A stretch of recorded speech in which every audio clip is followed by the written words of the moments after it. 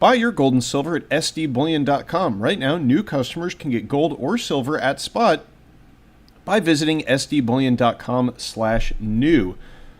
Okay, hey everybody, Smart Silver Stacker here. So a bit of a emergency transmission today. There's just so much that has taken place over the past 24 hours. It's hard to say where to start, but it's definitely hitting the fan. At least it is beginning to. The Schumer is impacting the oscillating device as we speak. How about we start with this close-up video here on X of, let me turn the volume down on this, of a ballistic missile impacting in Israel. So Iran launching a major missile strike over the past several hours on Israel. From what I have read, preliminary reports, 180 missiles, many of them impacted, however, more so getting through than in the attack last April, due to the fact that Iran appears to have utilized hypersonic missiles to degrade Israeli Iron Dome air defenses here, and that is why we have videos of impacts. Here, more videos. Turn the volume down on this again, of missiles impacting an airbase in Israel. Again, the fog of war is thick, of course, as this plays out, but you can see here those missiles appear to be impacting. So this strike, significantly larger, more coordinated, and effective than the previous strike in April, which I think was more for show.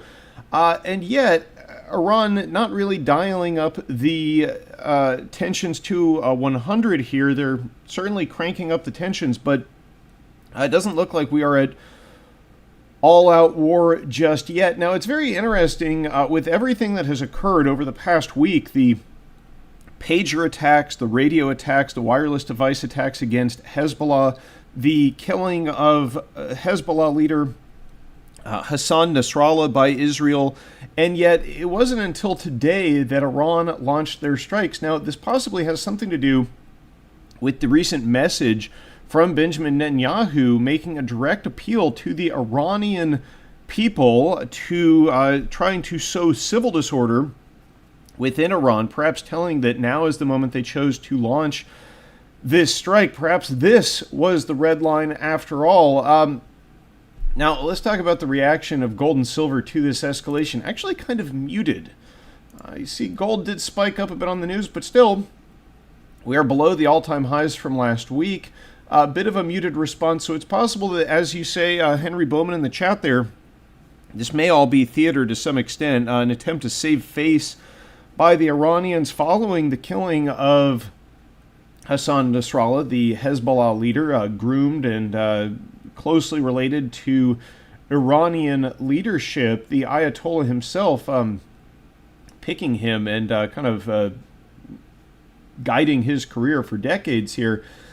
Gold and silver, though, again, kind of a muted response. You saw gold rise, you saw oil rise, and yet this is not the kind of reaction you would expect to see as World War III is breaking out, but we are certainly one step closer today, and according to the IDF, they are preparing a reaction, preparing some kind of retaliation, so we'll have to see if the escalations continue. Now, in yesterday's video, I did point out that I was thinking we might get a short-term pullback in the price of silver, and I'm still thinking that might happen. We got the labor report coming out on Friday, the U.S. jobs report for September. If we get a stronger than expected jobs report, I think we could still see gold and silver sell off into the end of the week if these tensions don't escalate further. However, the price action of gold and silver, I think, indicates that the escalation may be over for the time being. Of course, Israel is now moving into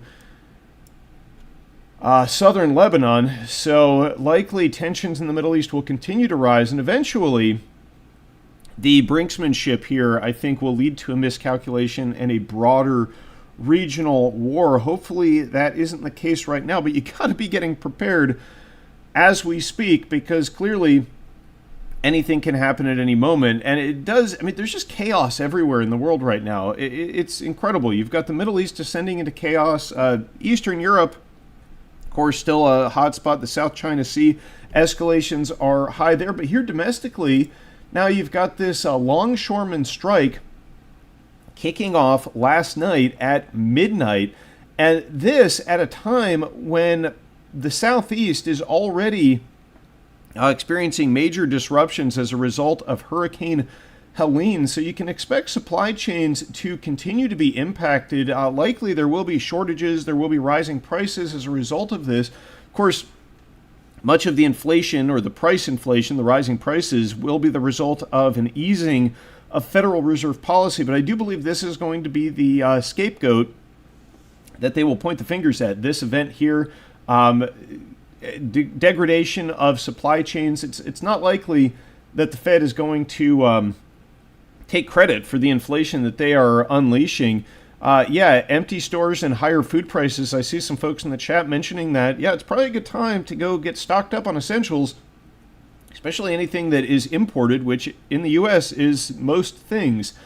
What else we got going on today? This is the chief negotiator for the longshoremen. I want to play a clip here. Some things he had to say regarding this strike. When my men hit the streets, from Maine to Texas, every single port will lock down.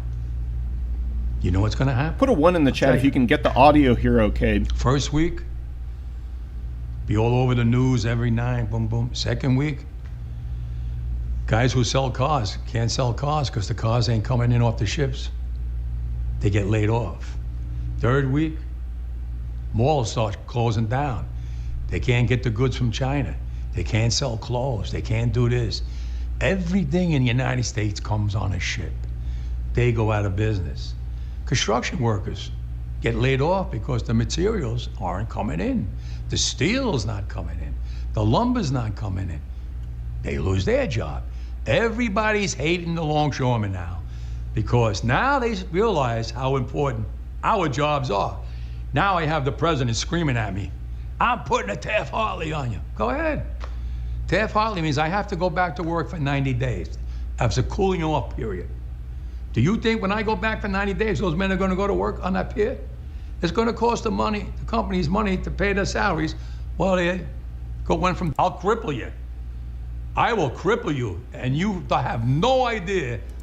Yeah, okay, so I skipped ahead a little bit there. We don't need to listen to him talk too much. But, you know, clearly this is a willful attempt to impose some significant negative effects on the U.S. economy in an attempt to, my understanding is, secure higher pay for these dock workers, and also in an attempt to prevent automation from being installed. So, you know, honestly, I'm sure being a dock worker is a hard job. I've never done it myself. It's probably complicated, but my understanding is that a foreman in the ILA gets paid more than your average neurologist. They're already very well compensated, and yet that's not enough for them. And so, you know, the idea that you got to prevent automation to protect jobs is really unfortunate. It's going to make us much less competitive in the global marketplace. I mean, in China, they're already using a lot of AI and automation in their ports, and you know, the average consumer would benefit highly from that technology because